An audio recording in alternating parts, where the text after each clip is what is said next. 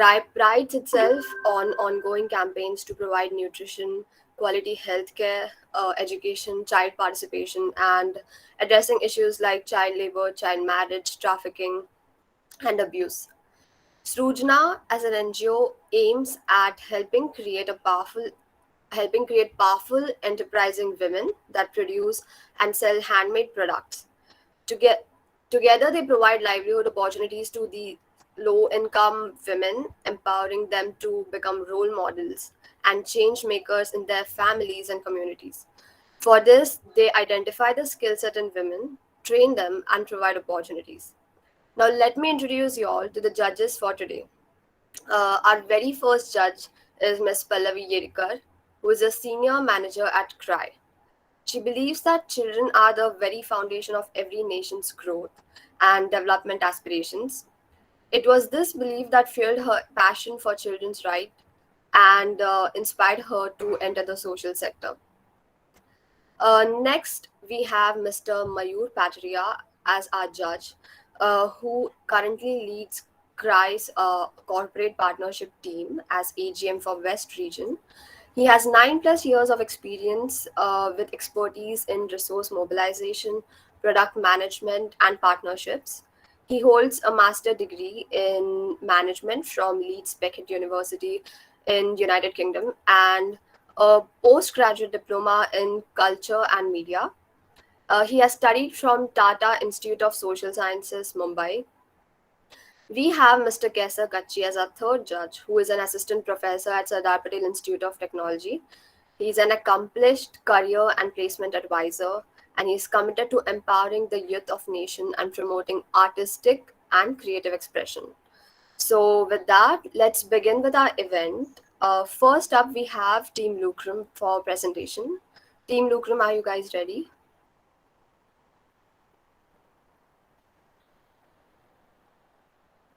Yeah. Yes, Rohan, can you just share the PPT? yes.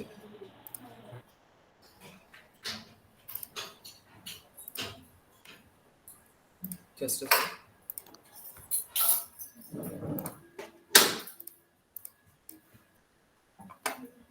Um, is my PPT visible? Yeah, it is visible. Can you all please turn on your cameras?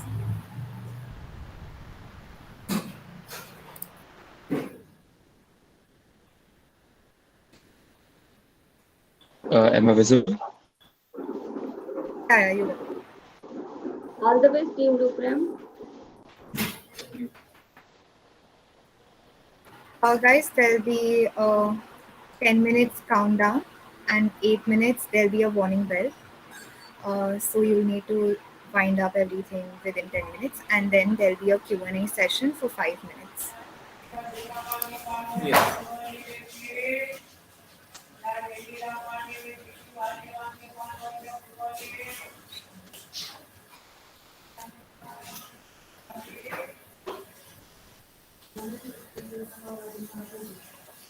Gayatri, you are not audible.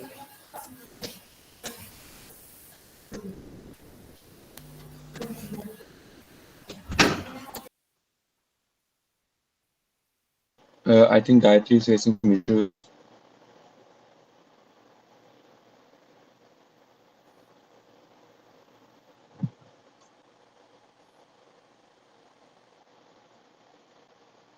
Okay, so I'll start because Gayatri is facing issues. So good morning, judges and everyone present here. I'm Aditya, and along with my team, Rohan and Gayatri, we're here to present Meal Secure. Next slide. Rohan, next slide.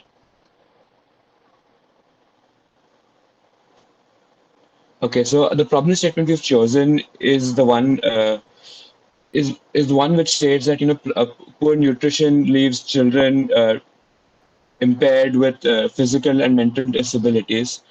To come and to combat that, the government had introduced midday meals. However, because of COVID-19 and a lot of other factors, there have been a lot of there's a lot of impairment in the delivery of midday meals. So we are here to ensure that midday meals are provided to students, and the main motivation for many of them to attend schools is not taken away. Next slide.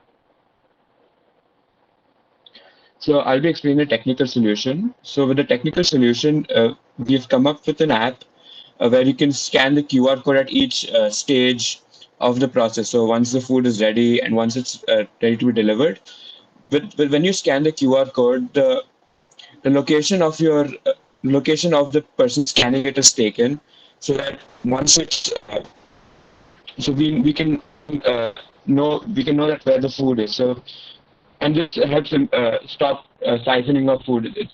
Of food in midday meal. So it's a big problem, and with this we can ensure that food always reaches the students.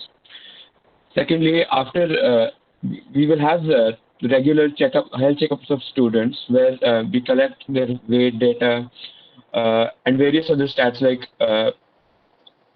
visual health, nails, etc. And we'll be compiling this in an Excel sheet for each school. And after this checkup, the authorities at the school can upload it onto our app so that we can run it through a machine learning model through which we can test the data. Data and find out what is missing in the students' diet and how we can improve it. Obviously, this will be done in collaboration with the nutritionist, so that even if the machine learning model makes an error, the nutritionist can be there to help correct it. Uh, After this, I'll be explaining the app flow, which, yeah. So with the app flow, we firstly will have a sign up page. And from there, we have two branches. One is the QR code scanner. So in the QR code scanner, as I explained, we'll be able to get the location of the user so that we know where the food containers are. And once the food has been received, we'll also get a midday meal received message. Second branch says that has the health checkup data. So once the health checkup is done, we can upload the data onto the platform so that so that it is ready to be used with the machine learning model. And with the machine learning, and after which it will suggest changes in the meals. And finally, we have logout. So once you're done with your work, you can just log out. Now I'll call upon Rohan to explain the non-technical part of our solution.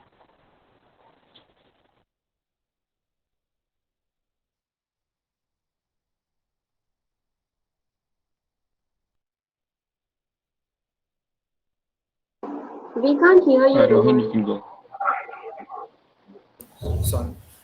For non-technical solutions, we can create awareness and hold campaigns to aware people about the midday meal facilities. We can also collaborate with YouTubers, as when YouTubers, with famous YouTubers, when YouTubers go live stream, many people donate money.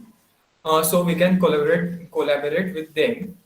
Also, we can create a high nutritious food at a low cost. So this will also minimize the economic condition problems. Then also we can allocate a nutritionist for health checkup for every 3 months, and also the suggestions required in the meal will be implemented. Then we can design a website which from which we can take or the donations from the companies to fund midday meals and NGOs that help the children in giving the foods, and also show them the complete details of the utilization of fund, so they can have trust that we are not spending their money uh, in any other activities. Then we can also collaborate with Patra or other NGOs which have the same goals as feeding the childrens. And then it's okay. Thank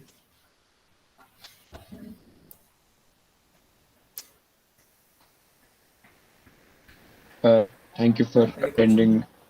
Thank you for attending our session. We'll be open to any questions now.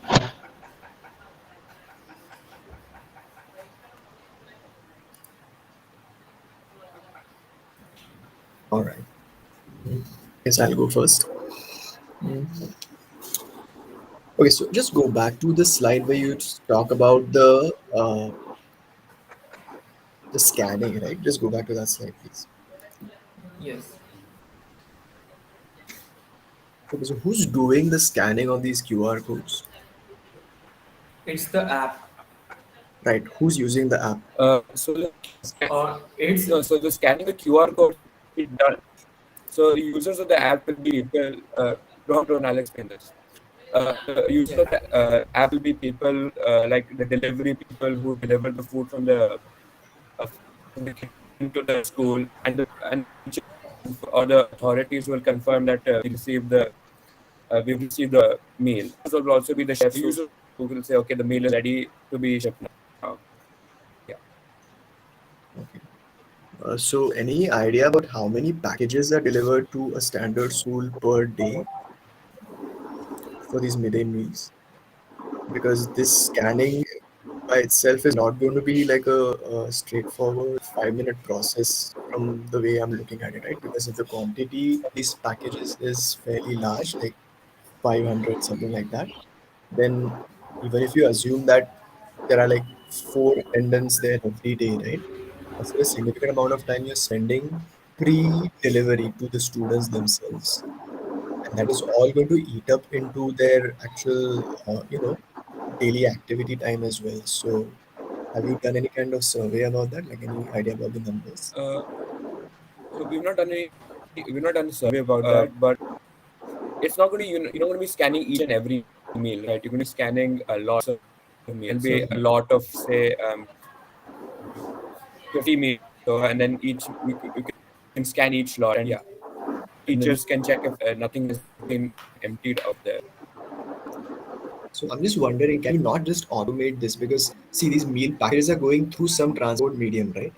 So Yeah. there yeah, are very easy laser-based mechanisms where you can just have like a conveyor-based system where as one set of packages passes it, you just automatically add to your count and so on. So in other words, I would recommend that you automate that process, eliminate that bit of Yeah. a time lag in the delivery system. And that's it So from you're me. saying eliminated at the so at when one at the kitchen we can just pass it through the laser conveyor belt and Yeah, I'm we can saying just just lots. yeah, I'm saying automate whatever you can Yeah. automate. Try to Yeah. remove the human element from, because the human element is the problem, right? As far as the Yeah. mishandling and stealing of these packages goes. So let's try to eliminate. Yeah. yeah. And that's it from me. No other questions. The judges, anything? Yeah. Hi. Thanks for Hi. bringing solutions to the problem statement that we had given. Just wanted to check that on ground reality, if you see, um, midday meal has backup from government. Yeah, hence we are able to reach out to huge number of children. Yeah, and the entire BMC schools or government schools. How are you going to like back up these resources from the government itself? Like, will you be introducing this app to the government?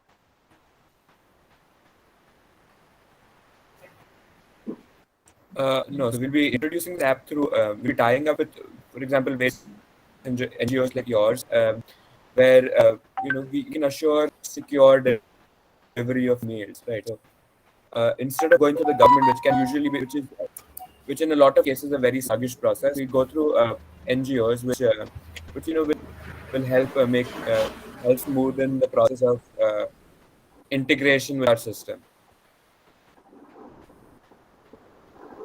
What is the sustainable solution for this? Say, for example, now you have Akshay Patra on board for this. Yeah, like they'll sponsor the meal, and then we will use this app. But then if the Akshay Patra is not there, yeah, I So just want to, uh, like, yeah, tell me. so what I understood from your question is that, for example, we are not able to find any NGOs to help support us. Then we'll have no choice but to approach the government, because even though the government process will be sluggish, it will happen, and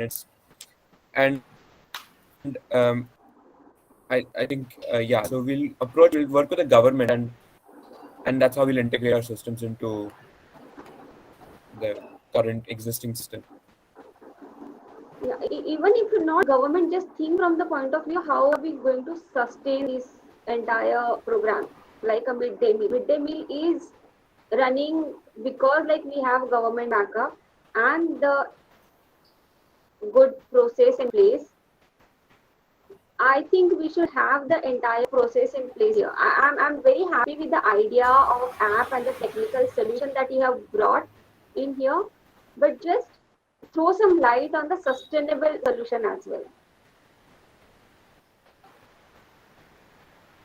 I don't understand what you And the meant by long-term sustainable solution, what solution. you yeah? A long-term solution, right? So this is more of a short. You're saying this is more of a short-term solution, and we need a more long-term solution to prevent Yes. this from happening, right? So I think, um, From technical point of view, this is very so I good. think, yeah.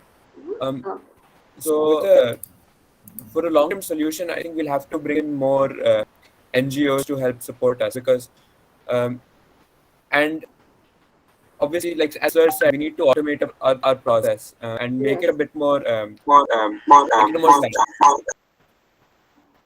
And we also need to I think like Rohan said, we need to team up with corporates because corporates have a certain budget they allocate for helping society, and I think tapping into that budget of corporates and showing that we have promise is one way that we help sustain this over the next 10 years.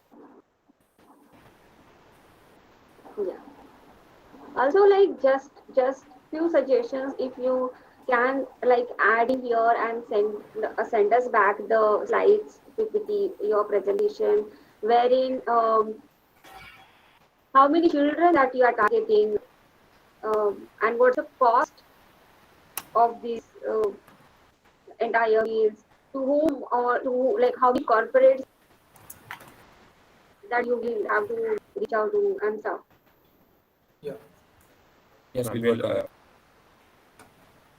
The 5 minutes for Q&A are up. The next team, Team Mind Blenders, are you all ready? Yes, yes, very. Yes. Okay. Please switch on your cameras. Yeah,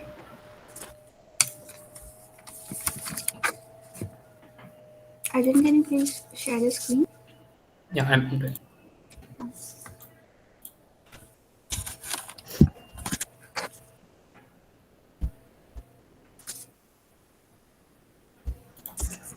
Okay.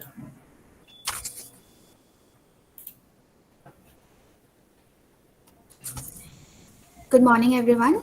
My name is Nidhi Singh, and on behalf of my team, Keval, Danani, and Arjun Amidas, I would like to present our idea, NutriRich.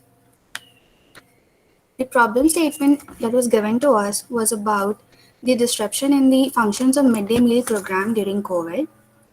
I'll start by giving a brief about the scheme. It is an initiative that was started by the government in 1995 and is now being renamed as PM Poshan Yojana with the primary objective of increasing enrollment, attendance, and retention of the primary, upper primary, and pre-primary class kids. Further, it encouraged poor children belonging to disadvantaged sections to attend school more regularly with an added advantage of providing nutrition support to these kids. So, So why is this MDM program failing across country? The impact of virus has affected years of progress to tackle malnutrition. The analysis done by the MDMS found that there was a 27% decline in the overall consumption of meals as compared to the last year. We found that there were mainly 5 reasons that has contributed to the problem, with the number one problem being the focus that is mainly on the quantity and not on the quality, which has led to serving of dangerous quality food. It has also been seen that there are inefficiencies in policy implementation, and hence the dry ration that are distributed in the lieu of school meals were irregular and started only in late May. And lastly, the children were found engaged in labor activity to supplement the fall in family incomes in vulnerable households. So, what is our approach?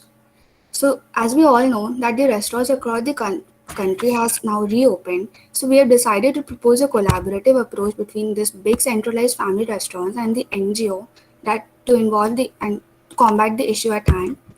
And as we know that there's a pandemic impact on the financial and health sectors, we have decided to go independent of the government and provide food directly to the kids via the collaboration of the restaurant and the NGO. Coming to the flow of implementation, the big restaurants can provide the unused food in the food packages and hand it over to the NGOs. The NGOs can make sure that the registered kids arrive at a decided area, ensure proper flow in giving out the packaged food, and also can bring in a teacher who can impart basic education while the food packages are being handed out. Further, I would ask Arjun to take over the presentation. Thank I'm you. audible, right, Nidhi? I'm audible, right? Yes. Okay. So, coming to why are we targeting major restaurant brands? So, India has a huge food wastage history, and majority of this waste comes from households and on an average, we found out while surveying, we found out that 18.7 kgs of food were thrown out of unused food, like really good unused food were thrown out by big outlets every day. So that's why we decided to target big vegetarian and family restaurants like Balaji Veg to tap into so much of good discarded foods and provide it to the kids. Along with discarded food, bottles and food packaging were also thrown out. So we decided that we could use all these resources and give out these discarded food to the kids instead. Uh, Coming to the restaurant brands that we're targeting, again, like I said earlier, we're targeting vegetarian and family restaurants like Balaji Pure Veg or Madras Cafe and the Jumbo King, which have like huge outlets and they have several outlets spread across the state. So, since these restaurants are not philanthropic institutions, obviously, so the deliverables which we will give them are the packaging and the bottles that we will give to the kids will have their logos distributed. And since we are giving out so many packages and the kids are spread across the city, they will have a huge reach. These restaurants will get a huge PR from that. Coming to the next point, there is a mandatory 2% charity law imposed by the government. So these restaurants can fulfill this quota by giving out this discarded food instead of giving out their percent of income. Finally, collaborating in such a great initiative with an NGO might help them reel in collaborations from other companies in the future. Coming to the NGOs, obviously, Child's Rights and You, CRY organization, the biggest task for the NGO would be to approach and convince these kids and their family as to why this initiative is so good for them and help them register in the app, which we have developed as well, and we have a prototype of that as well. Along with it, the NGOs will have to find a ground or an area where the food can be distributed. Since we have realized it's a COVID time, we have set in the app certain slots for the kids. So we can't bring in all the kids. So we have decided for slots and we will decide time slots depending upon the age of the kids, and according to that, we'll bring them. So the problem is of finding the ground in the restaurants where the kids can be brought in. So the initial stages would definitely require a lot of manpower from the NGO side as well. And finally, we have decided that if the initiative is being getting implemented is successful in the first couple of months, maybe the NGOs can bring in a tutor of some sorts who could impart basic education while the food is getting delivered, while the food is being delivered to the kids. Finally, coming to the challenges which we stumbled upon while coming up with a solution, the first and the foremost is that getting the necessary government mandates and documents regarding food safety, which is getting getting distributed to the kids.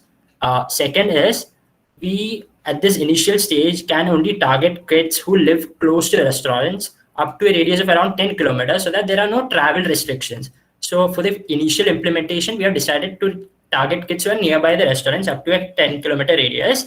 That's why we have targeted big restaurants with a huge number of outlets spread across the city so that it covers a major area of the state. And finally, we will have to find an area, preferably a government mandated one, so that where the kids can be given the foods out. So coming to the app flow, our tech guy, Keval, has made a prototype of the app and he'll explain it from his side.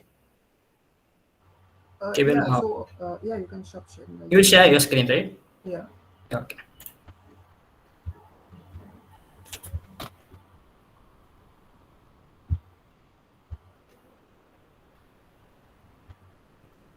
So this is a the screen is visible, right?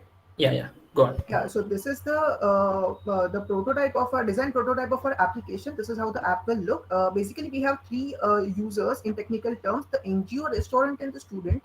The NGO can simply enter the NGO ID and password and log in and search for any restaurants. Like they can search for specific area where children are not being targeted. So they can search for a specific location or a specific restaurant in their location and collaborate, and they can collaborate with the restaurant. This will be notified to that specific restaurant registered, and then the communication will start. Now, the checking the food quality is equally important. So we don't just focus on delivering the food. So the NGO can search a specific, select a specific restaurant which they have collaborated with, and we have also added a IoT-based system in the restaurant's kitchen with temperature sensor, odor sensor, and different type of sensors. So we can basically check the food quality. So harmful temperature, harmful odor. So the NGO will also be notified of how the food is being cooked, and any previous complaints by the students against this specific restaurant brand will also be displayed to the NGOs. Now the NGOs can also see all the list of complaints received by through the students. And in terms of checking the nutritional data of the students, the NGO can select a specific location, and within that specific area, they can check what all how many students are there with low nutritional levels, and how many of them are currently being attended with the midday meals through our application, and who are being not.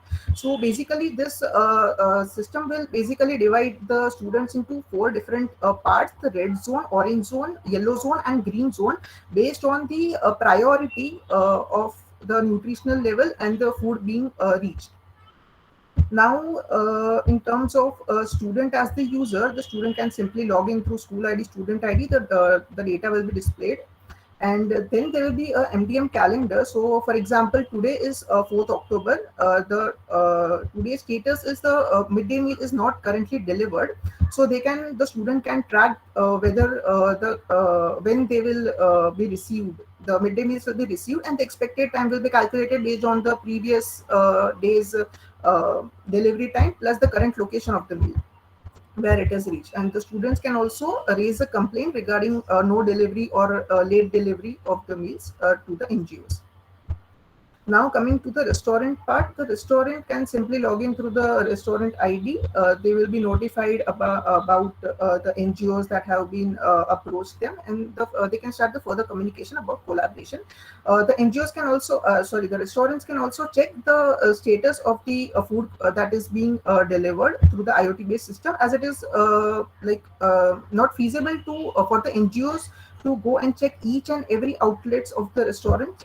So the IoT-based solution seems a feasible one. So this was the basic app flow of our system, the solution that we are providing. Now we are open to questions. Thank you. You guys have made this app yourself, or No, this is just the design prototype. So I've just designed the application in the way the requirements seemed currently. How the user interface works. So we just Yeah. wanted to show you in the top, short span we got. We just wanted to show you the user interface. okay? Just one question that you mentioned that we'll check the nutrition level of kids, right? Like app.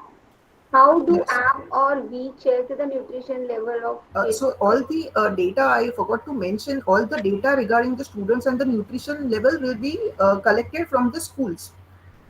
So we will get all the locations, the address of the schools, and we can group specific students on that area, on the location on the map, and then the NGOs can see who all requires more treatment of the in case of nutrition, who are malnourished, who are not, and they can differentiate, analyze the data.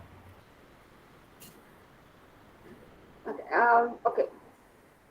Okay, there is one thing that you mentioned about kids going to the restaurant, nearby restaurants, wherever there is a big ground or something to follow the social distancing norms. I'm presuming.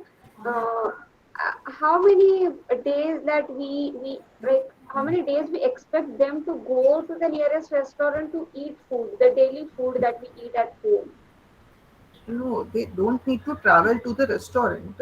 We will provide the cooked food to the students itself, and the student has in to their take. community? Sorry. Yes, In madam. their We had decided. Look, okay, we had decided to keep a small ground right near the. That's why we are targeting only a 10-kilometer radius where we'll find out grounds right where the food packages will be brought in, and the kids for the initial months will have to come, and we'll depend up and we'll keep on updating the time slots and where to come on the application as well. For the initial months, the kids will have to travel just like they travel to the schools to eat the food. That's it. Yes, ma'am. That's the actual plan. So the food packages will come to the ground. The kids will also come to the ground. They are all living nearby. We are targeting kids who are only living nearby the restaurants around a 10-kilometer radius. They will come to the ground depending upon the apps, whatever gets updated on the app. They eat their food, and we also decided to keep a tutor if they wanted to impart basic education as well. That's the basic plan. So, is it so yeah. So, how feasible is this idea that you have of having like a tutor on site to impart education? Because these are open grounds and they are Correct. fairly large, right? So it just like I mentioned on the slide, it's all depending upon the initial success of the things. The tutor part is of the later part. We'll see if the actual plan of providing food to the kids gets implemented first, and if it's a success, we might bring in a tutor to like further impart education or something. Okay. So, see, I generally like that you're trying to tackle this problem from as many angles as you can. Okay, I like that. It's just that again, there's a lot of stuff here that feels like we won't really know how feasible it's going to be until you actually start implementing things. Because the number one issue you're going to run into is just numbers again. You're looking at so many students, like you're looking at schools herding so many students so regularly to a central location. Half of them may just skip along the way, you know. Like you have to understand the mentality of these students. They're like they're out of the school building. I mean, unless you have a very strict regime of getting them on location, or unless you actually provide them the kind of food that they will just run in line for, they will just skip. So you need to think about having checks in place for the route itself that the student will take from the school to the site and then back again. Because again, after the lunch is done, what exactly is there for the student to go back to the school building, right? Why will he want to do that if he's fundamentally not interested in education? Right? खाना तो हो गया, अभी क्या? अभी जाएंगे खेलेंगे cricket, that kind of thing, right? So you need proper policing on route. You know, I'm not talking about police officers. I'm talking about like some attendants, some school faculty, etc., etc. So again, it's a really good idea, but the small details and numbers you need to work on that. Right? there are Yes, like sir, sure. few loopholes in the ideas, yeah, like very good ideas that you have brought in, definitely like tying up and the collaboration that you have thought of. We believe in collaboration, yeah, from CRI's end. So in terms of like bringing people from CRI, in terms of like I'm presuming those are the volunteers that will like bring in to help us in these collaborations, plus the restaurants collaboration is like very good idea, plus the app that you have thought of, very good things that you have added in the apps, and that you have thought of in putting it in the app. Few loopholes are there in terms of like whether you are just thinking short term goals, like just because of this pandemic we will just like ask students to come at a one ground, um, just for a week or something, just for a month, it's okay, but just think again, as I given the feedback to the team one, think from the long term perspective, like uh, is it feasible for students to come in one of the ground, because if you see the on ground realities, they can just like come in their own community, so you have to find out the ground somewhere in their own community, not within like not even like 2 or 3 kilometers of time span, like or 5 kilometers. It's because we are talking about children over here, not adults. Like, are they going to walk 5 kilometers? Whether they have bandwidth to like travel? So just think through it. There are many good ideas, but these are some loopholes, like as Mr. mentioned about the numbers as well. We can see the numbers in there. So just these two, three loopholes. Otherwise, great ideas, guys. Great job. Thank you, ma'am. Thank you, sir. So it was just the problem statement mentioned COVID. So we just thought about the short-term goals and problems. Yes, That's yes, why. yes. Okay. No. So Thank you, ma'am. you Thank you just so much. add these points before submitting your presentation. Okay. So, Yeah, on the next Thank one. you for presenting, guys. Next team is Team Innovators. Can you all present your screen? thank you, Yes. Mayur, for joining. So Mayur will be judging this team three. Hi everyone. Sure, ma'am. Hello, sir. Hi. Guys, there'll be a 10 minutes ka warning bell, so you can start with your presentation.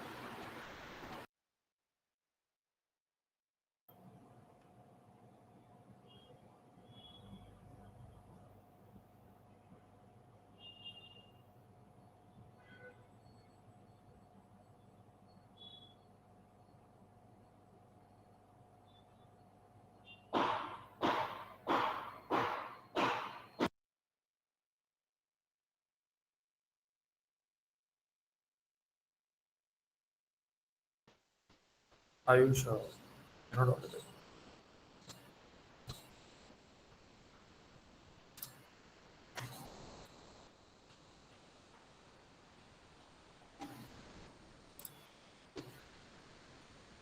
Ayush, you're not audible.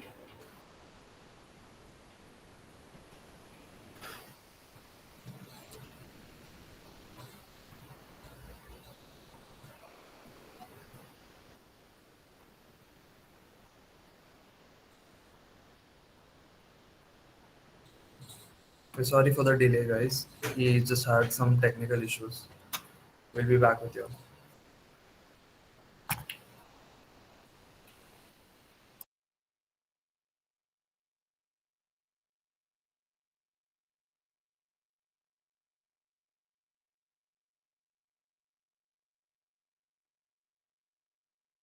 Hello, am I audible here? Yes, yes, Ayush.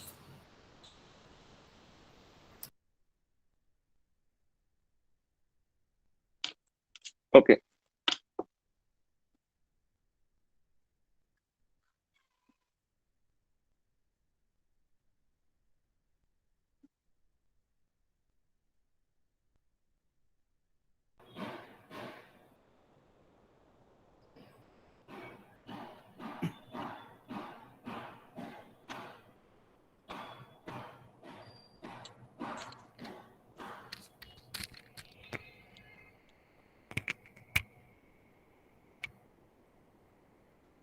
Okay. So let me start. Good morning, everyone. We are Team Innovators and we are passionate in bringing a major change in the lives of needy children. Let me introduce you to the team Kevin, Kritika, Swetanshu, and myself, Ayush. Our problem statement is that corporate partnerships are not only a way to help brands meet their CSR objective, but also create a sustainable impact for the India's children. The knowledge, expertise, and capabilities of NGOs and that of corporations are different and may be complementary. As a partner, they can often accomplish more than they could standing alone. For this purpose, we have come up with an idea and roadmap for execution of these ideas. So we are here trying to create a sustainable and beneficial relation between the corporations and CRI to create sustainable impact for the Indian children. Firstly, let us learn more about the vision and NGO CRI.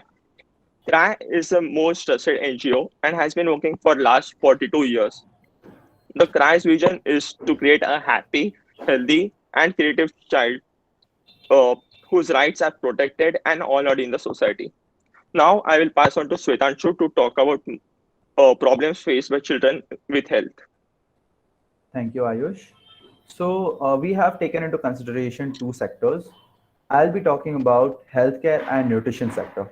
Now, if you see, India is not one of the most leading countries when it comes to healthcare management and nutrition. This is mainly because of the lack of awareness, you see. And most rural people prefer to have the staple food for the meals, like, rice, wheat, bajra. Due to this there is a lack of vitamins and minerals intake. So now, if you see, children's age is a very delicate stage. Any kind of deficiency that we face now will have a very vast impact in the future, rather that be scurvy or vitamin B's deficiency, beriberi. So here we are about how corporate and NGO can partner in some solutions, right?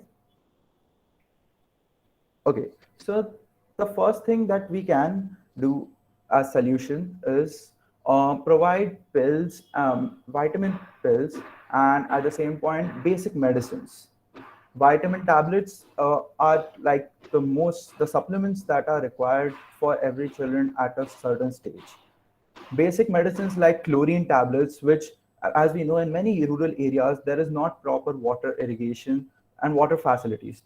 So we can provide chlorine tablets for purification of water, and it can be it can be drinkable, like we can drink it properly and can be used for other purposes too. Vitamin tablets at an adequate amount is a requirement for children to avoid malnutrition and the get prevent deficiency. Holding awareness campaigns and monthly checkups is also a necessity. Why? Deficiency diseases cannot be realized without a thorough checkup or a blood test. So due to this, we need proper monthly checkups so that we actually realize what are we have deficiency in, which are vitamins. And that way we can provide them with a certain amount of vitamin tablets that are required. Holding awareness campaigns telling them the requirement of the vitamins and minerals is also a necessity, so that people take these two also as seriously as they take their and add it to the portion of their meal every day. Other than this, companies like Amway, Herbalife, Medicure, Vestige can also help us in sponsoring these tablets and meds, so that they can help the NGO and help so that we also get a good quality of medicines. Now I would like to pass to Kevin for this second sector. Thank you, Sutanshu. So as we know, India is a country with one of the highest number of primary schools in the world. The reality, when observed closely, is far worse. Most schools have below par infrastructure and high dropout rates.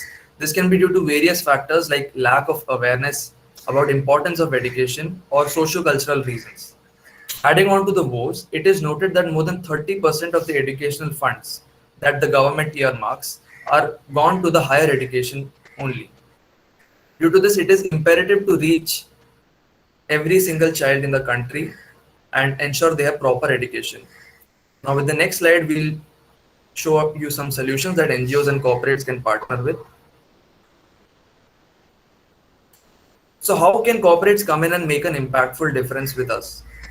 We have our corporate to classroom programs, wherein partner companies send their employees and engage in teaching initiatives along with our own volunteers.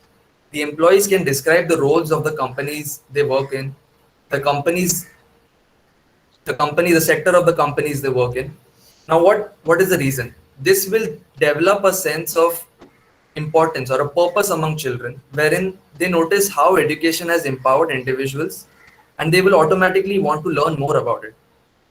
Next up would be the scholarships. EdTech startups are on the rise in India and millions of students are reaping the benefits of online learning. We can have a mutually benefit relationship wherein companies provide free e-learning experience and devices to children in need from our existing education program. Now, if Ayush would move on. This is just a representational picture of the t-shirts that would be worn by employees for our corporate to classroom program. The t-shirts would act as a form of cause-related marketing for the companies as well. Now, in order to make it easier for employees to volunteer, the companies can incentivize them by giving them paid leaves on the days of their volunteering. I should move on to the next slide. Now here is a list of benefits, general benefits that every corporation would receive, irrelevant of the sector they wish to contribute in. When you integrate your marketing efforts, you cause with a cause, you not only create a social impact, but also build incredible goodwill for your brand. Partnering with Cry for a cause related marketing campaign will help you drive purchase behavior and meet your business objectives. All this while contributing to a really good cause. In addition to this, regulatory and administrative bodies are sure to take note of such initiatives. Now I'd like to move on and ask Kritika to explain the other benefits. Thank you so much, Kevin, for bringing in the benefits corporates enjoy. Now, I'll be putting forward some facts about the significances of CSR activities in the 21st century and what are its impact. According to Cone Communications, when people decide where to work, 82% consider CSR efforts and around 70% are willing to have a pay cut of 30% from those companies which are more into CSR activities because we know the generation is very socially conscious. Therefore, CSR helps in attracting talent. People feel that their job is actually more fulfilling when they are provided with opportunities. According to Deloitte's social impact study on millennials, companies can have talent retention as 84% people identify ways to get more involved in the communities and wish that their employer would provide volunteer opportunities. CSR activities increases marketing and communication because 79% of buyers say they want companies to support the issues that matter to them personally. The next is developing talent, and I got to know that 92% of respondents agree that volunteering is an effective way to improve leadership skills, and 80% can move more easily into leadership roles. Also, 92% agreed that volunteering actually improves their employees' broader professional skill sets. Ayush, can you change the slide? Because we need to do engagement, so we need to also know the benefits of crime. We all know corporates and NGOs are very different in their goals, structure, motivating factors, and cultures. According to a corporate NGO partnership barometer, the primary motivation for NGO is to access funds, and the second most important factor is long term stability and impact. Engagement can make crime more flexible in adopting the local situations and responding to local needs, and therefore able to develop integrated projects as well as sectoral projects. Also, the ability to communicate at all levels from the neighborhood to the top level of government will expand, and the brand value of the corporates will make crime more reliable, and we can expect loyal customers of the brand can also be a volunteer to a crime. Now, I'll be passing on to Ayush, and he'll be explaining about the roadmap. Thank you, Kritika. Now, I will take you through the roadmap. First stage, we go through the requirements, examine and review the needs and wants of CRY, which include the budget, funding period, etc. The second stage will research the corporation suitable for CRY's requirement by going through the website of the corporates who invest in and encourage the vision of statements of CRY, and as well as considering what skills its employees have and how they can benefit CRY's work. In the third stage, after doing the research and having made the list of corporates, start reaching out to the corporations through email, messages before sending the actual proposal to start knowing the priorities and plans of the organization. And then finally, we pitch the project and make them understand the social problem and create a sustainable partnership. Now, thank you for patiently listening all this while. This is exactly how we plan on going about our business strategy. We would love to answer any questions now.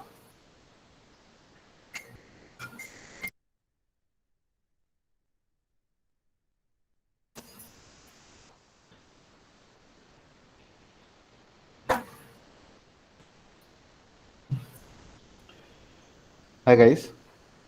Hello. Yeah. Hello. Hello. Hello, sir. Yeah, just one question I have. So in your roadmap, you mentioned that first we will know what the need of CRY is, and then we'll do a research to approach the corporate. Correct? That's the second stage of your roadmap. Correct. But in your research, what is that research that you plan to do? is something that I would, want to see in your presentation, or I would want to know from you. Uh, so as Sudhanshu mentioned, we are targeting mainly two sectors, which is education and healthcare. Correct. So for research purposes, the companies that align with our motives of healthcare, as in children in India require supplements and nutritions that they lack in. So usually they are iron deficiencies or such sort. Companies like Amway can help partner with us and help provide their own supplements, or maybe give us a monetary partnership to help us give the same supplements that are required or are deficient in children. So in a way, like the sector in which the companies are in, we expect companies to promote us or provide us monetary sponsorship in that same sector.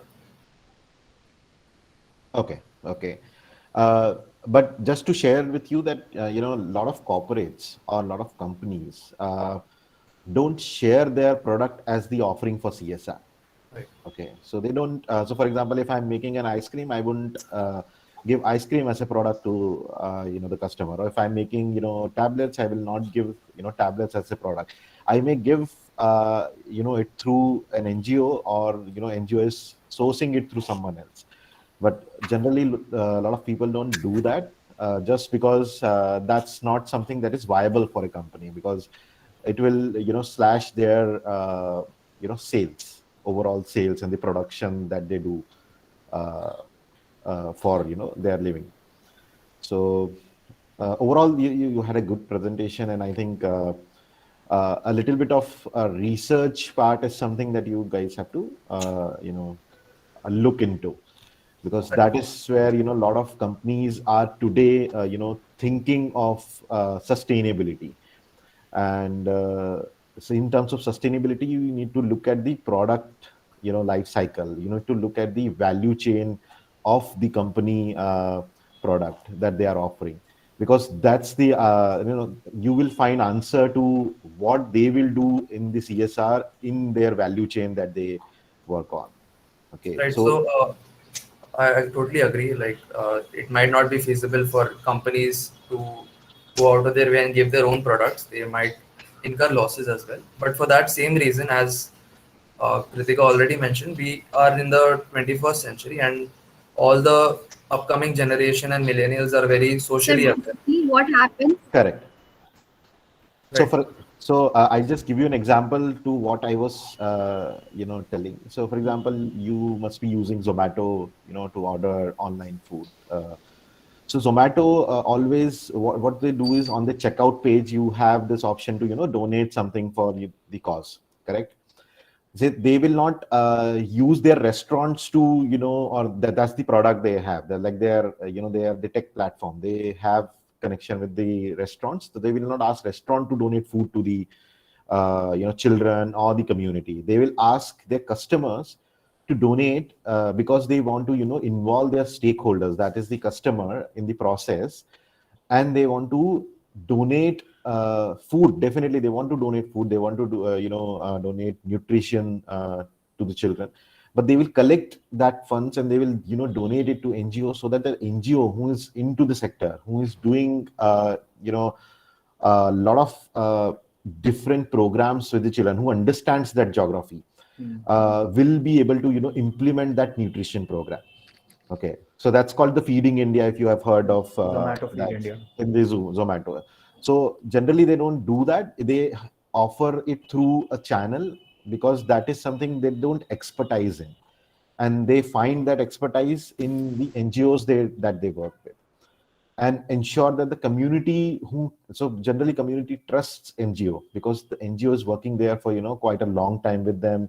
They understand what is their need. They just don't go there and offer something. They uh, be there with them. They create awareness. They ensure that they have the tools or the right mechanism for their growth. So that is where the trust is being built between NGO and the community. So it is always the NGO who is being used for that, and definitely they use product, but the product is being sold separately.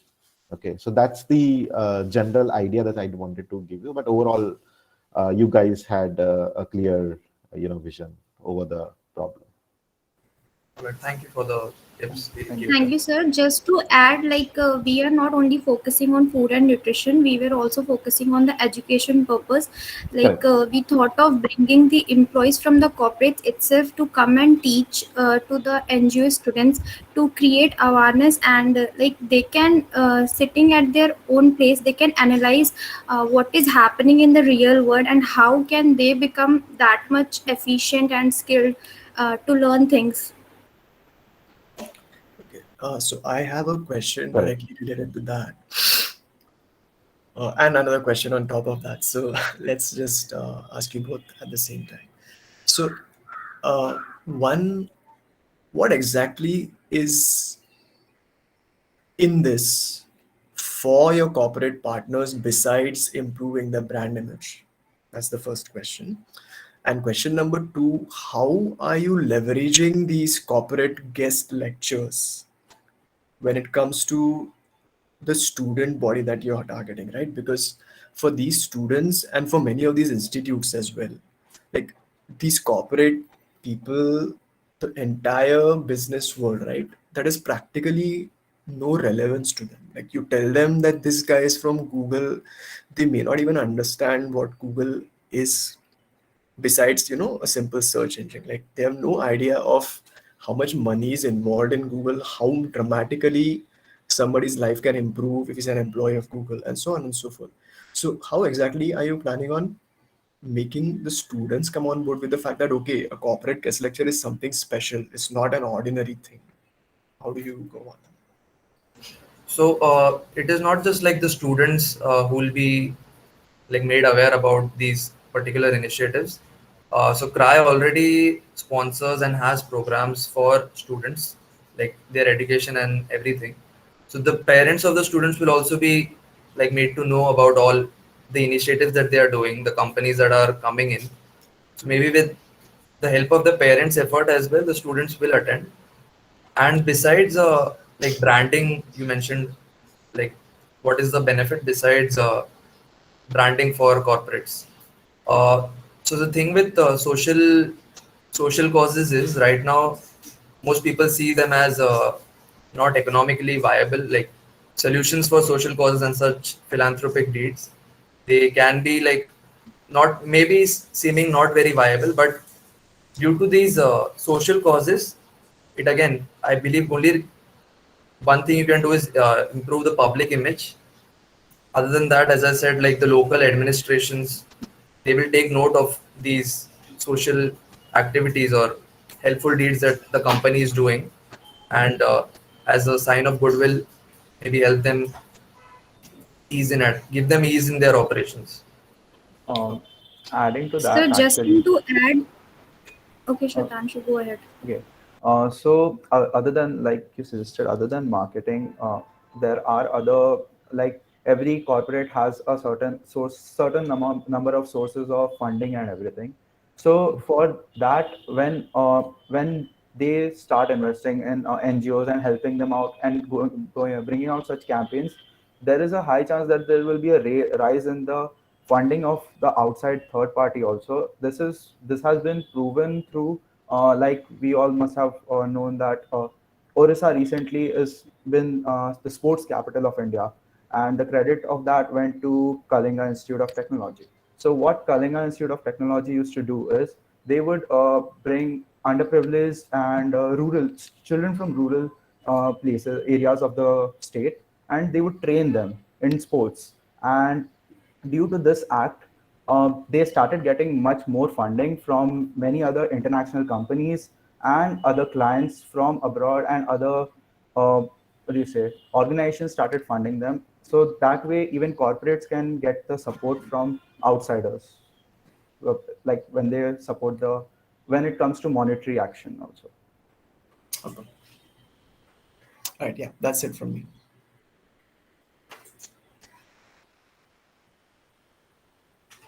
Thank you for the presentation, guys. Thank you. Thank Thank you. you. We'll take a 15 minutes break and come back.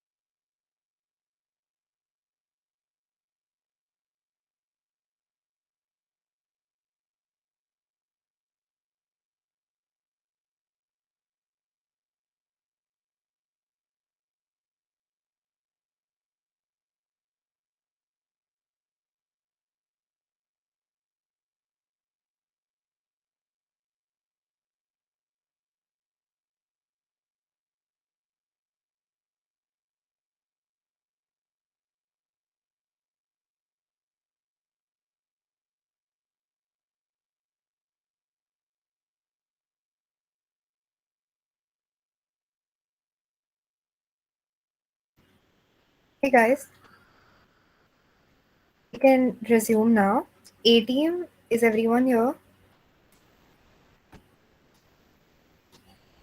Yes, ma'am. Yes. Vinay, can you present the screen? Yes, yes. Please turn on your camera, guys. Oh, yeah.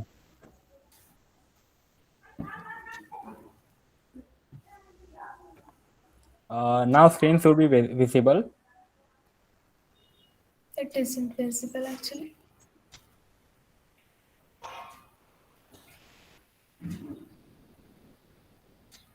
I have shared. Uh, it is reconnecting actually.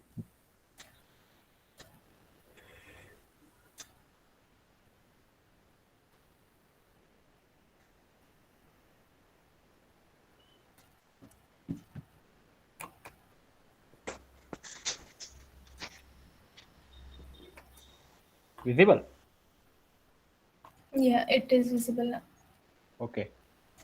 Good morning, everyone, judges and everyone present over here. This is Sakshi Denge, here with my teammate Vinay Gupta. Can you move to next slide? The problem statement that we got was a problem that is faced by an NGO named Srujana. Actually, this is a platform. Vinay, previous slide, please.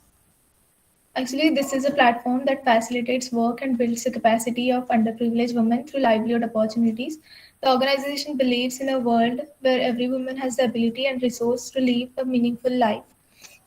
The problems statement was like, today mobilizing the needy women in training programs stands as a major challenge for Srujana. It is observed that women do not sign up for the training sessions, and if they sign up, they do not show up on the day of the workshop. So we have to devise a strategy to create awareness and bring more registrations for their programs. Firstly, we have figured out that why these women do not sign up for the training sessions and workshops. The issues that we have figured out are like time constant, that women mostly do not have time to attend the session. Next, we have family problem, that their family members do not allow them, and they have some children problems. They have to handle them, so they cannot attend them. Then we have lack of confidence. They do not have confidence in them that if they would be able to do that or not. Then location problem is like, they if we keep arrange the program far from their area, then probably they won't attend. And if they have less interest in the program, then also they won't attend. Then the trust, if they don't have trust on NGO that this program would help them or not, so they won't probably attend the event. Next slide. From these, the solutions that we have developed are like this. For the time constraint, we have figured out that most of the women are free at afternoon time. So if we organize our session or training workshops in the afternoon time, so they would be able to attend that. And for the family problem, we have to convince their family members that if these women earns a good amount of an amount, then they can contribute in their family expenses and provide a better facilities to their families and their children. And if they have the family issue, like their children are not small, and if they are not giving them the time to attend the session, then we can have some fun events at our workshops or our training sessions, so that the student would so that the children would insist them to move to them for the fun events.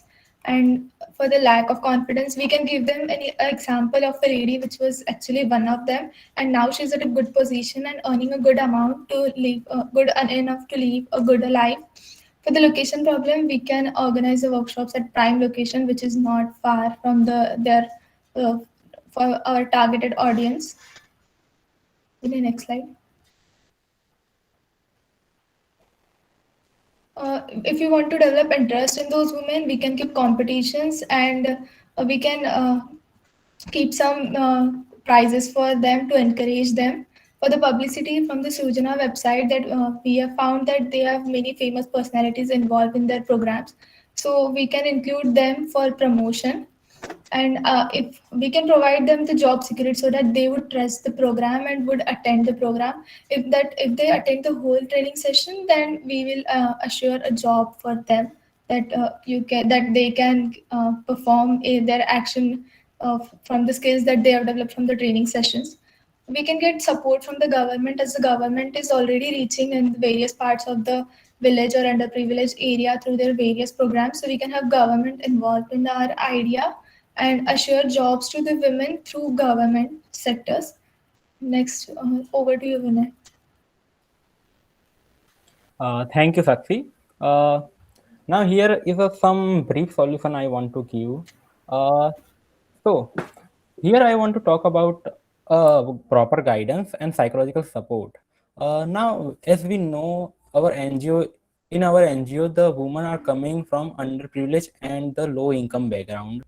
So we have to give them a proper guidance and support so that they can be more productive in their training session, and even after the training session they can earn by themselves.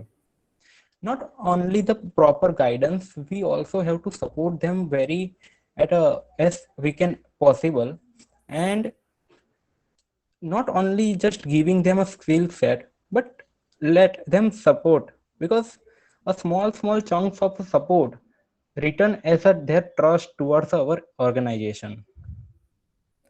Now I have found that having group session at a like a weekly one group session can be made. This will be more beneficial to understand them properly, because by a group we can learn more, and our social skills are also grow more. Now, engaging in activities is a good point, because when women are coming into our NGO, if they like a bore type of things, then we can't do. They will automatically leave the session. But we have to arrange some kind of activities like we can arrange a theme day in which they have to made a handmade type of pot and this kind of thing. At a at a weekly we have to arrange this theme day, like this day this is the theme, the next day this is the theme, so that we can engage them into our activity, and that's why they will they will come more women to our NGO at training session. Now, having a friendly mentor means the guide who will lead who will lead the group of that women. So we have to arrange some type of mentor which are from their village and town only, so that they can understand more, and the mentor has a great role to making a confidence into the her mentees. Now, prime location is another very good parameter, because having crowd at, at our training session is is required, so that we are focusing on that particular place where people are more in like in market type. So we can arrange that training session. Even we can take an exhibition of our handmade products at the those locations where crowd is more. Now, reward system actually it is a very good thing, because when someone is doing great in our group, then we should always reward them. Similar kind of thing I want to introduce in our NGO, means NGO like we can have a reward system. Reward in it is kind of anything like gift, monetary rewards, or any app clouding type of things. This can be a very good it will lead to great responsibility for the joining women, which are which are also affect the other women. They will come and take other women to join our NGO.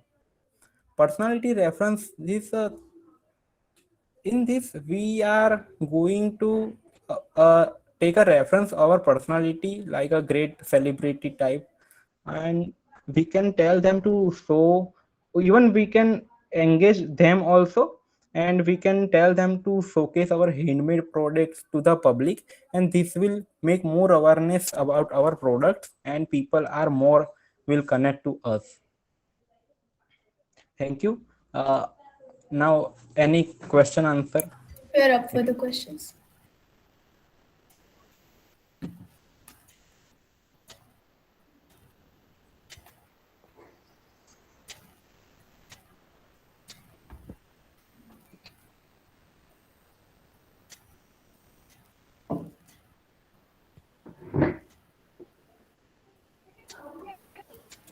Hello.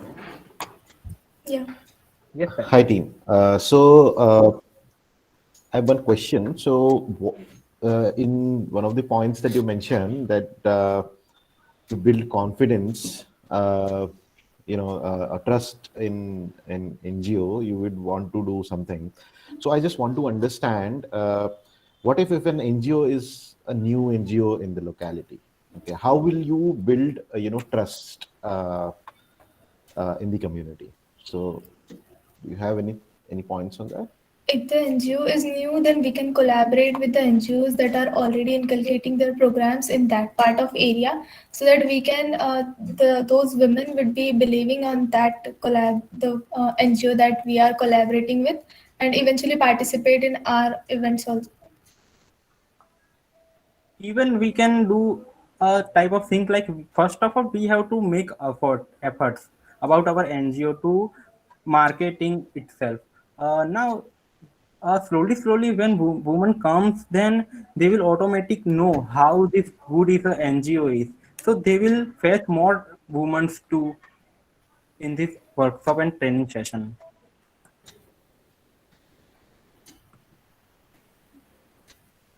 Okay.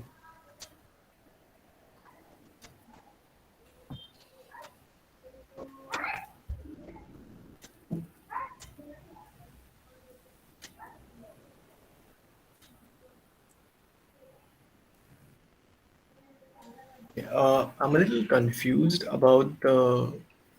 Um, so, from what I understand about your entire implementation chain, right? It's heavily reliant on like interpersonal delivery and execution. So, how are you involving tech into all of this? I'm So, not. as we have our targeted audience in the village area and underprivileged area, so Mhm. they won't be familiar with that app and website, and they won't be familiar with the mobile things. So we cannot have any technical reference for that. That's the Right, reason we weren't able to do that. right. So, We have to move to their doorsteps and get the registrations and convince them. right. So, see, I get that the the audience that you're targeting, they are not very technically equipped, let's say, right? But then the people who are delivering practically everything that you're providing, right? Can we not? Can they not benefit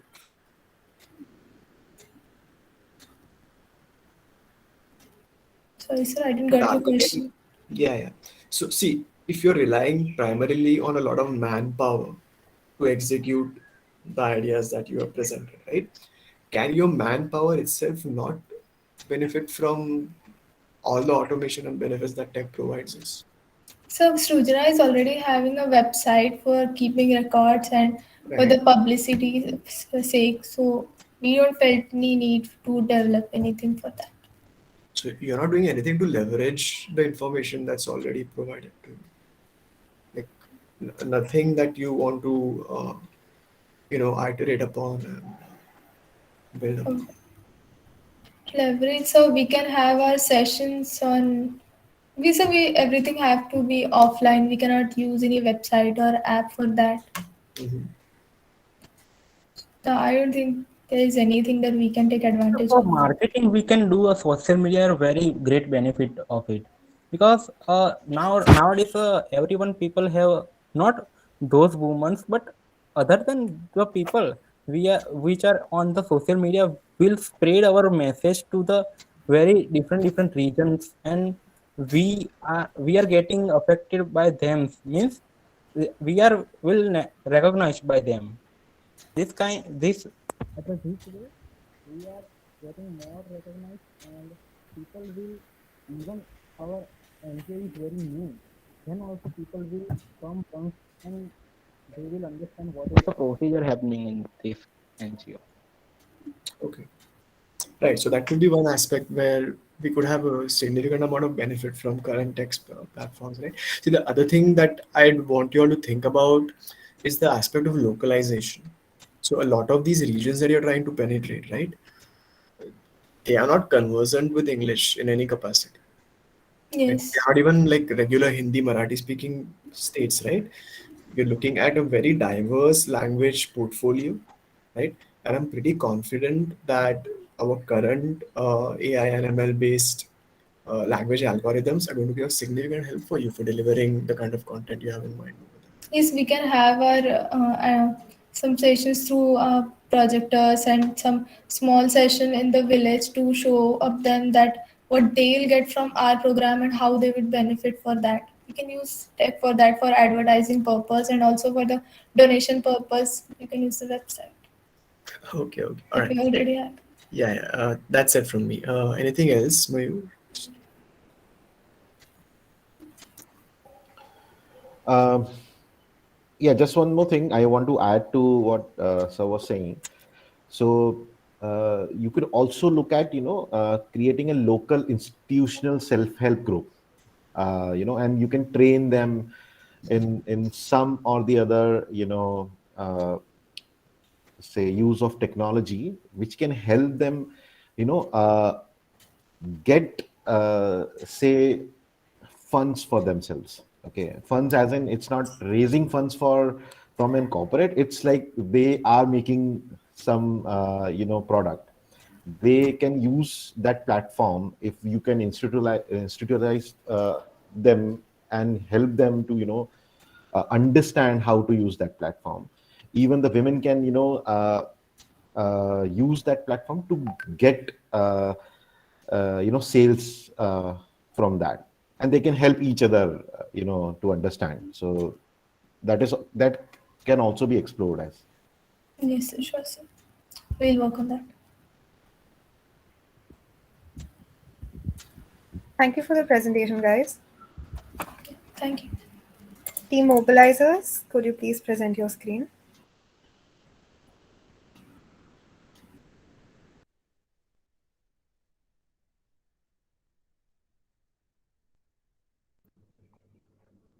Hello, am I audible? Yeah, you are. Yeah, Advait was presenting. See there? Advait is in the meet.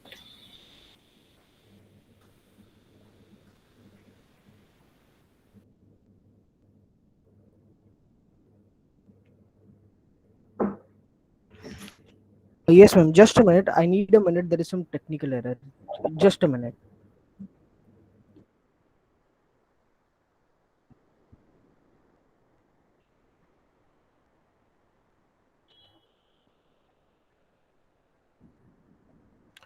Is my screen visible? Yes, it's visible. Can you please turn on your cameras?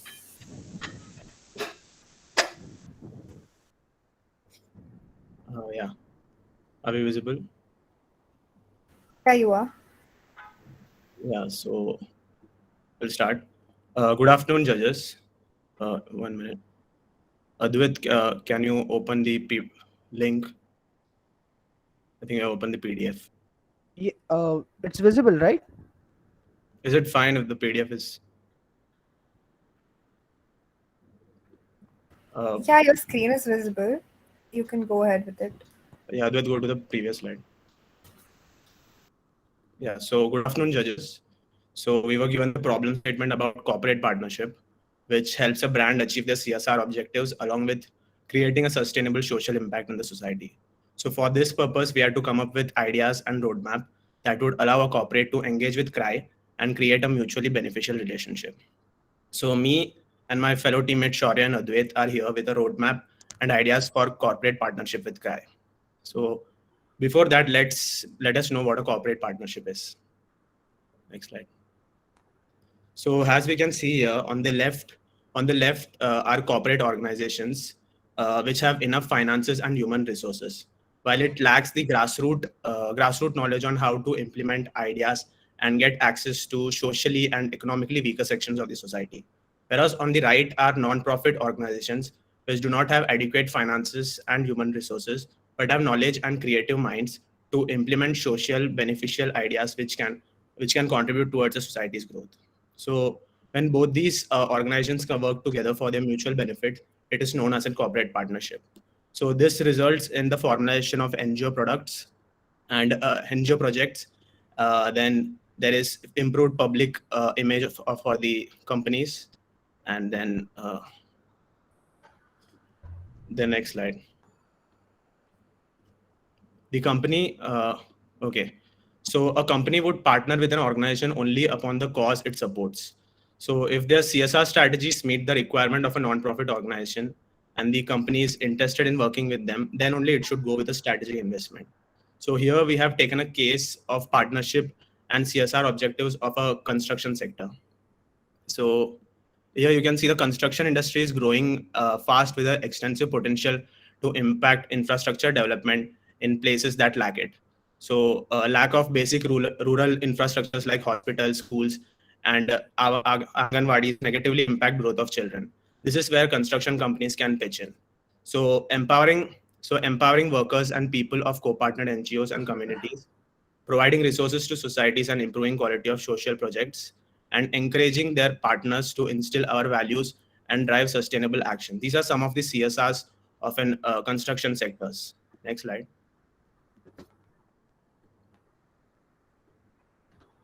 So here is a profile of our organization, CRY.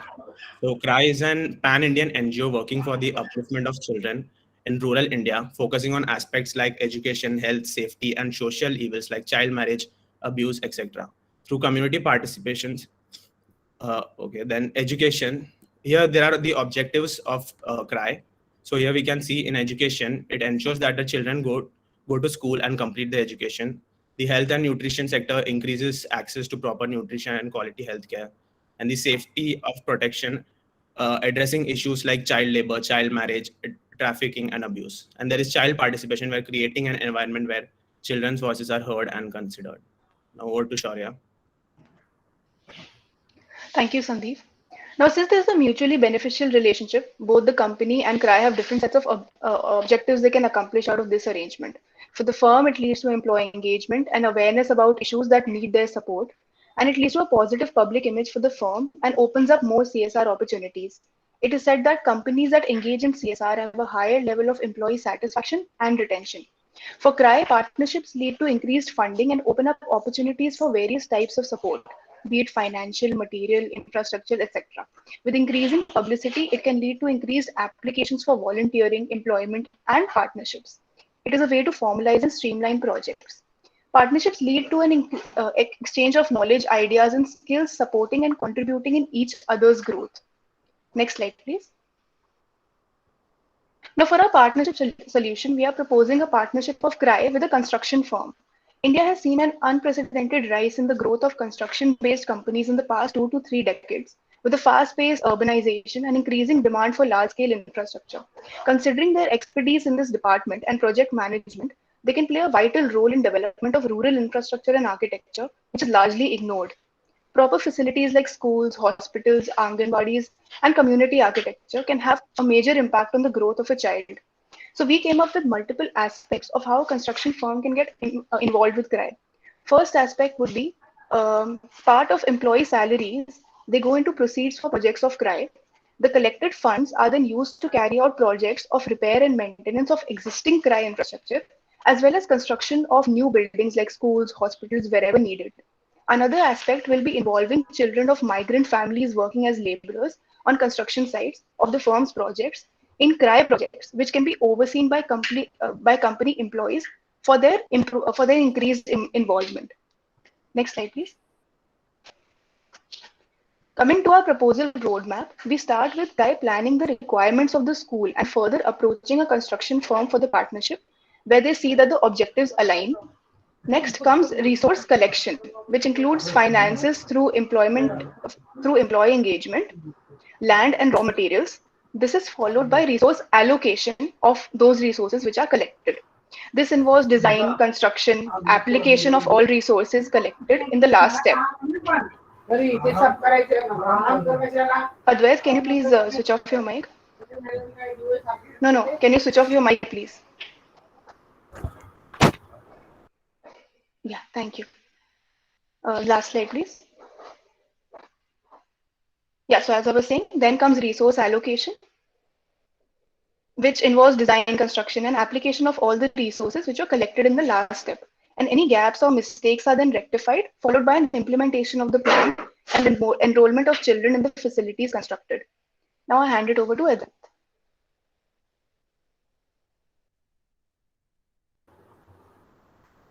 Thank you, Shaurya. I would like to tell you one thing that there are many. Hello, can you hear me?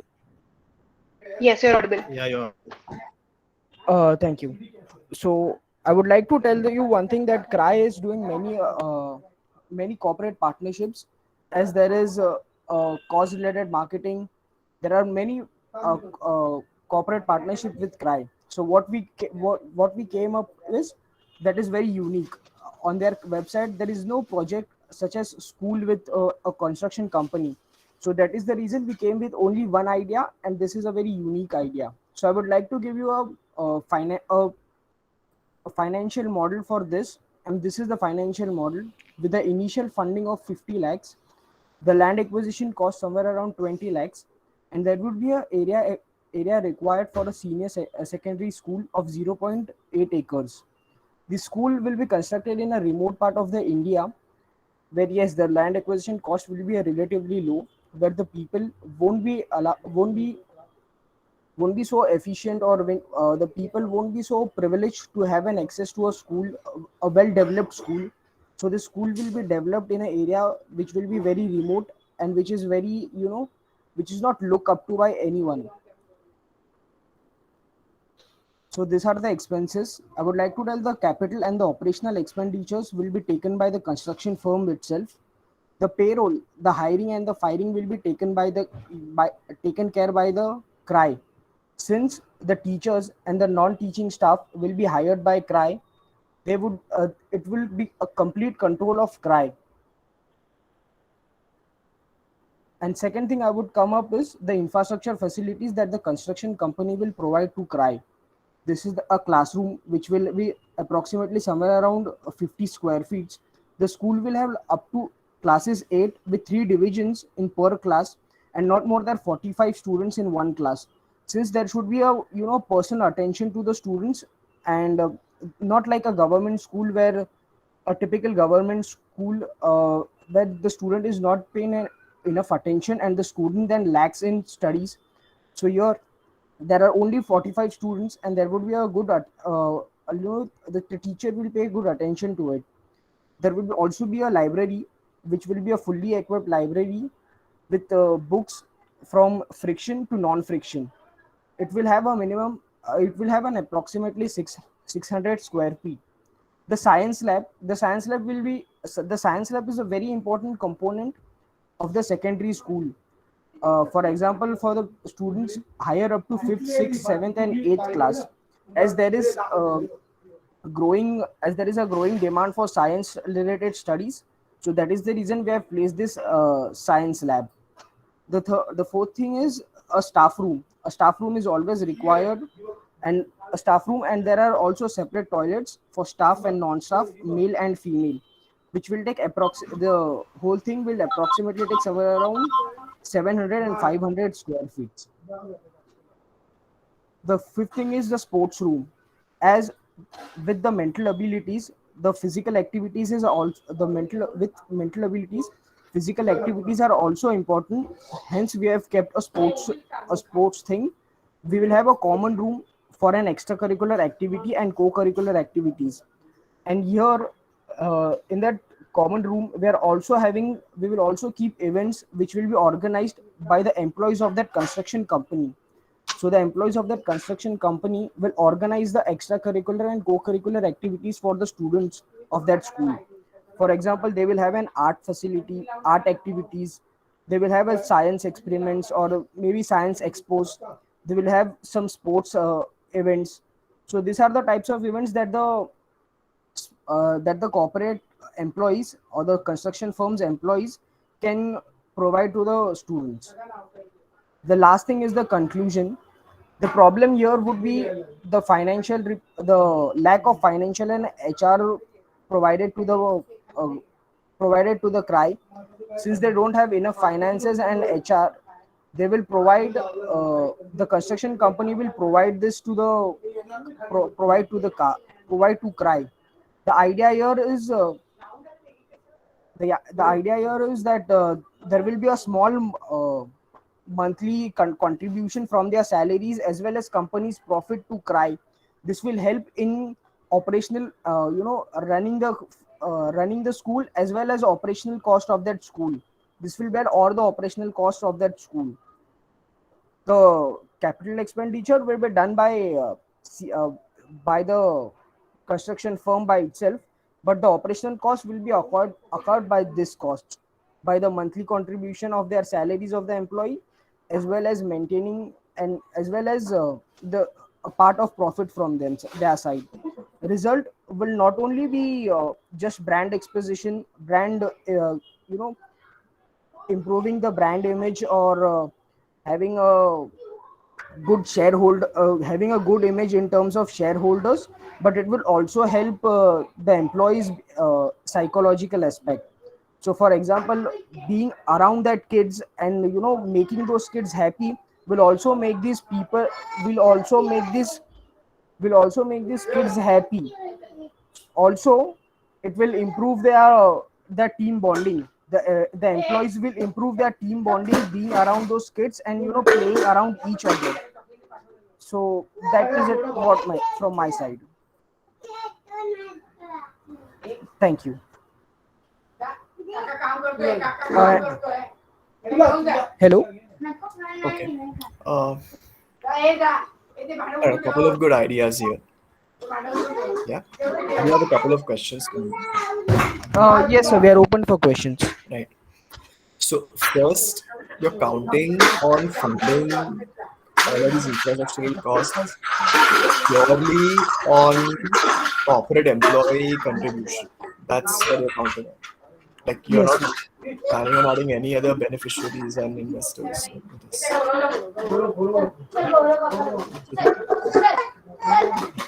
So, I mean, have you done any number crunching regarding that? Like, have you figured out so if you want to build like a basic site, right? Just the basic plan that you propose, like one site, how much contribution will an employee have to make as a one-time thing to actually get the infrastructure up in place? You done that kind of So there would be an amount. For example, there would be 20% or maybe 5%, or a minimum of 5% would be a contribution of the employee's salary made for their operational costs.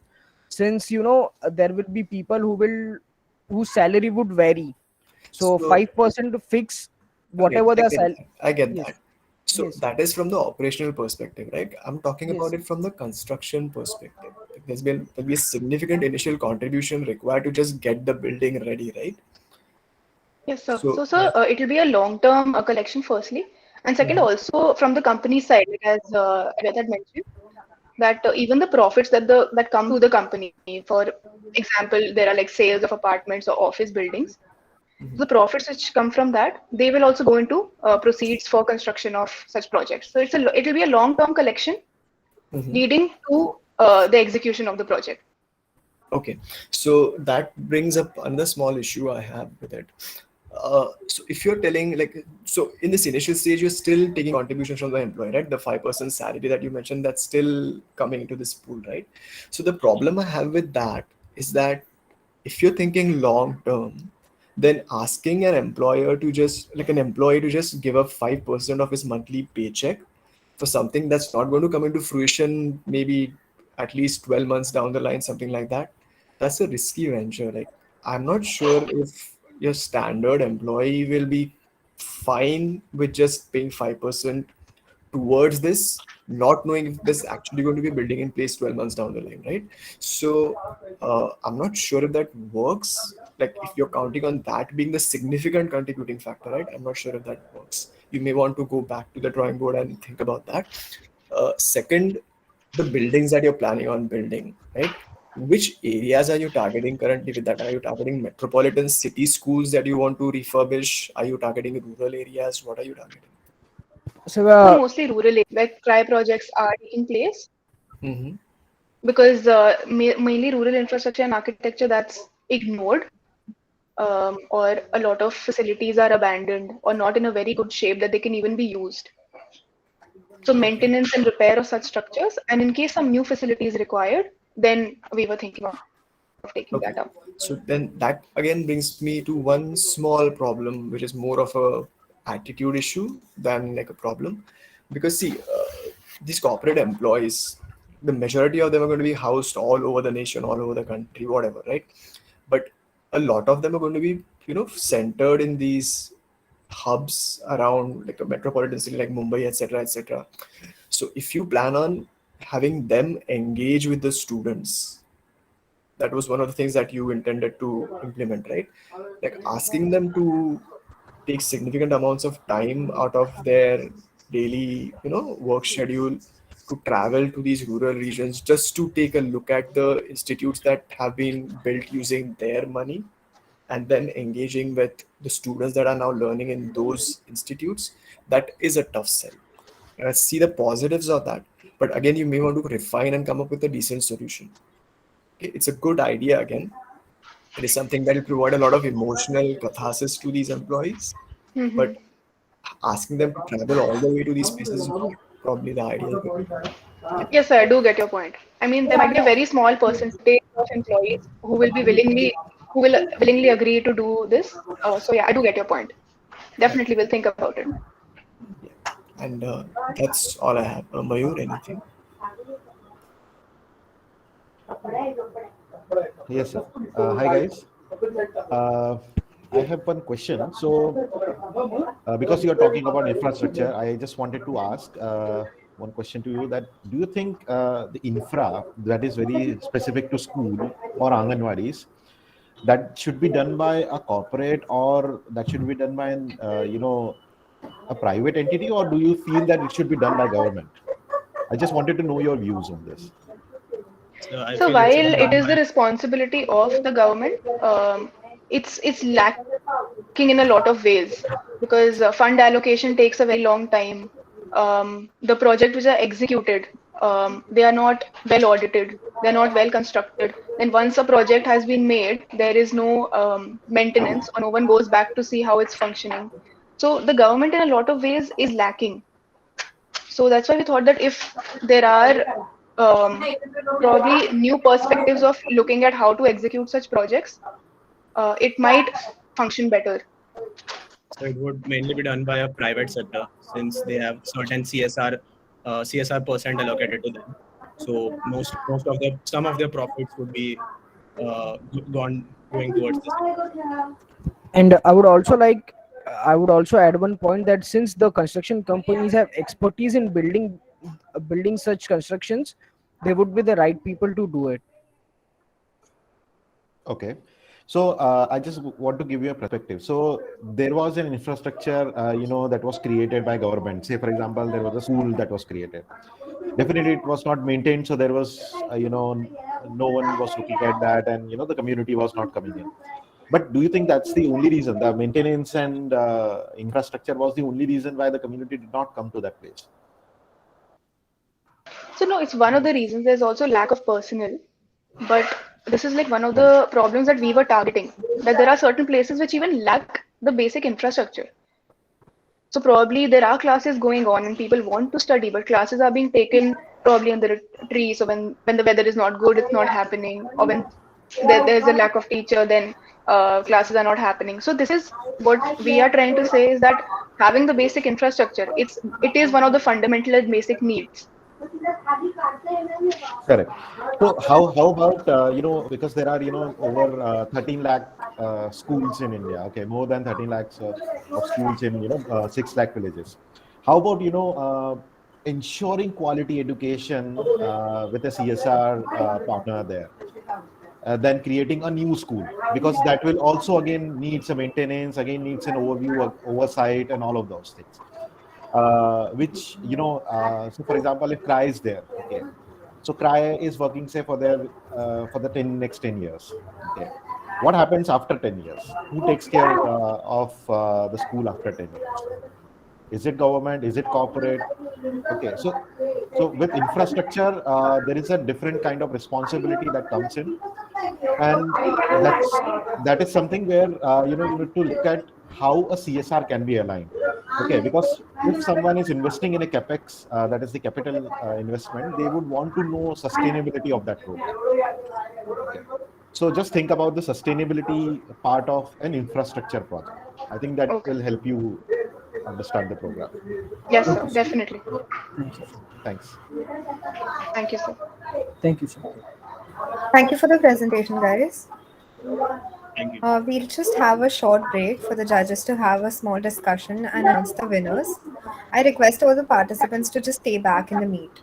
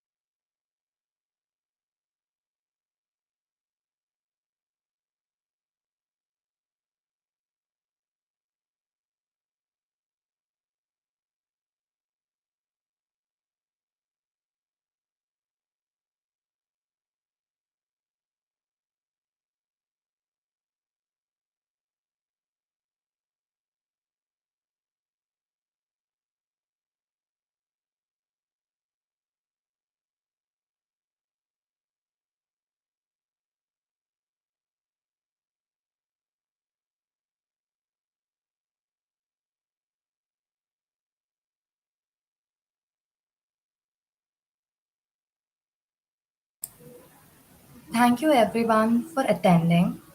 This event has been a success, mainly owing to the participants' brilliant and ingenious ideas. We hope these ideas are implemented and explored by the NGOs present today. And to eventually help the society. Thank you again and have a great day. I would like to request all our judges to share their insights about the event and any advices to our participants.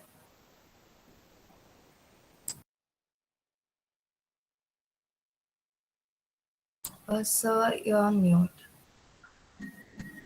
Yeah, Mayur sir should goes first. Thank you, sir. I think it was great hearing all the presentations that were there today, and I think all the teams had put best of their knowledge, and they have done good research in terms of understanding what the industry is, and what the community is going through. So I think that is commendable, and happy to be part of the further presentations if there are any, and good to know your perspective. So thank you for having me here, and thanks for all the insight that you have shared today.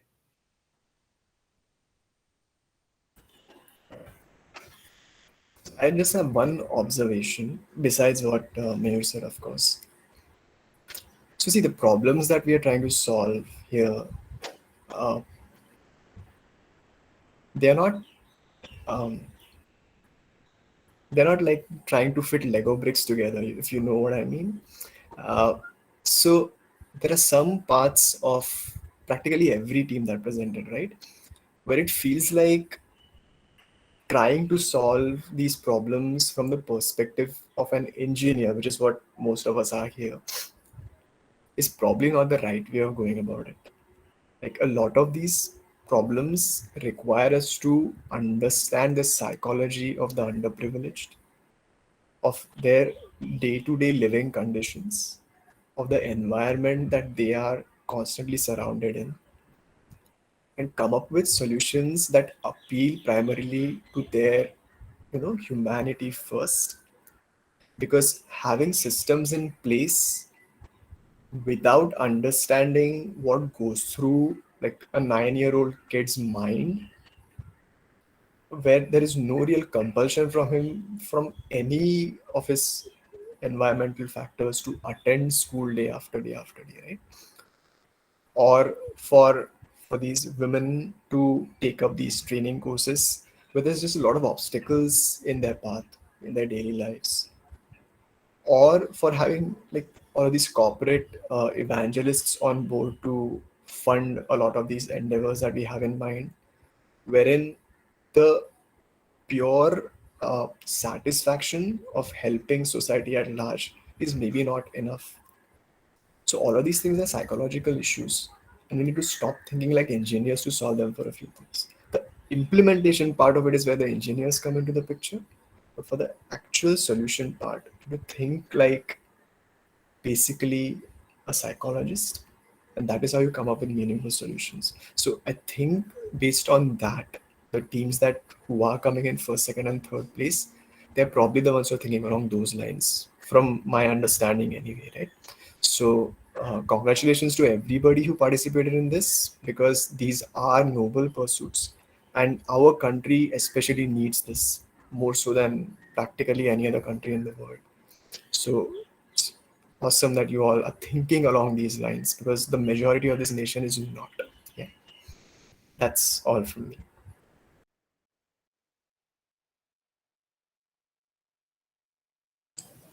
I would like to invite Mayur sir to please declare our second runner-up for the day.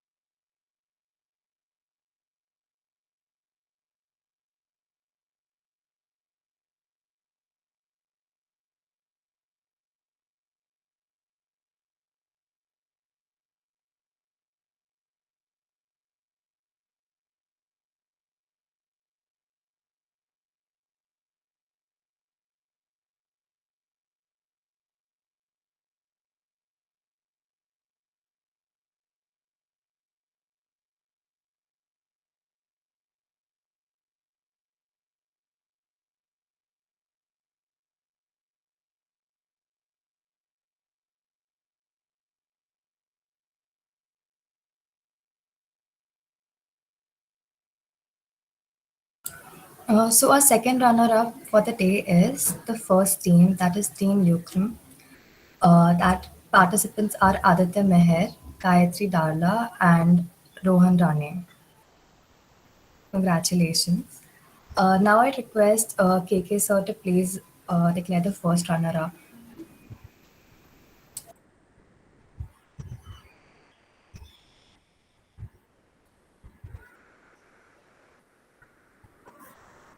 Alright, so the first runners up are team mobilizers. Tanya, can you mention the team names, the team member names, please? Yes, sir. So Team Mobilizer have participants Sandeep Pillai, Shaurya Sharma, and Advait Bhosle.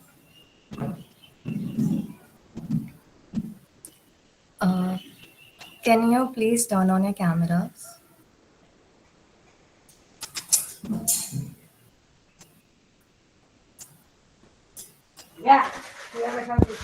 Thank you, sir. Thank you, ma'am. Thank you. Thank you. Thank you much.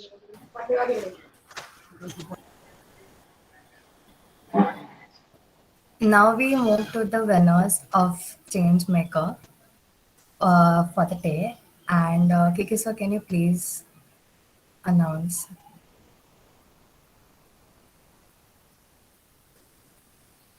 Yeah, just one moment, Tanya.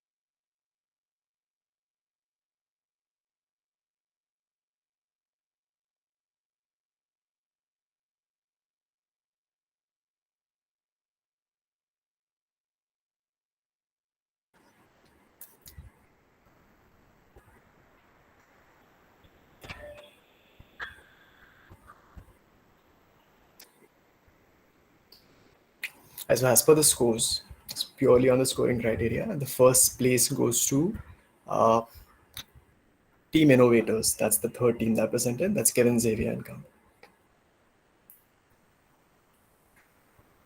Thank you, Congratulations. sir. Thank you so much. Thank you so much, sir. Thank you so much. Thank you, sir.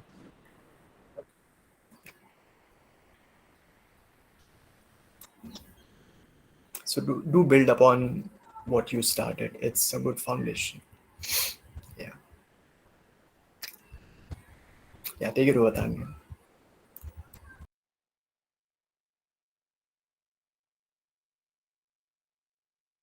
Congratulations to our winners and all the participants.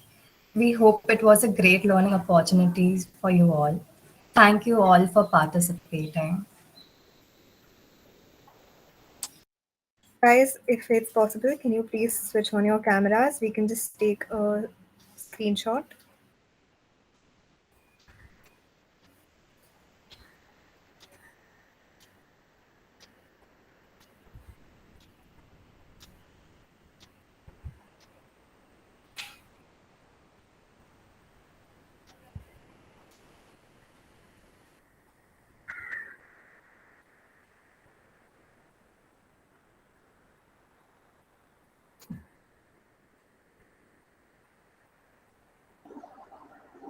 Congratulations to all the winners and participants.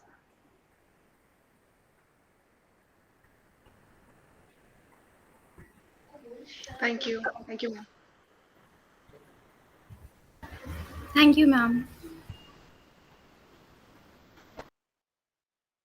Thank you, sir. Thank you, ma'am. Thank you, sir. Thank you, ma'am.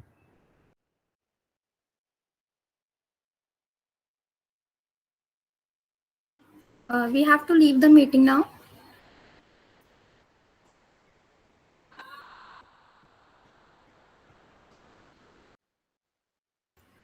Yeah, sure. Thank you for coming, guys. Thank you. Congratulations, guys. Thank you. Thank you.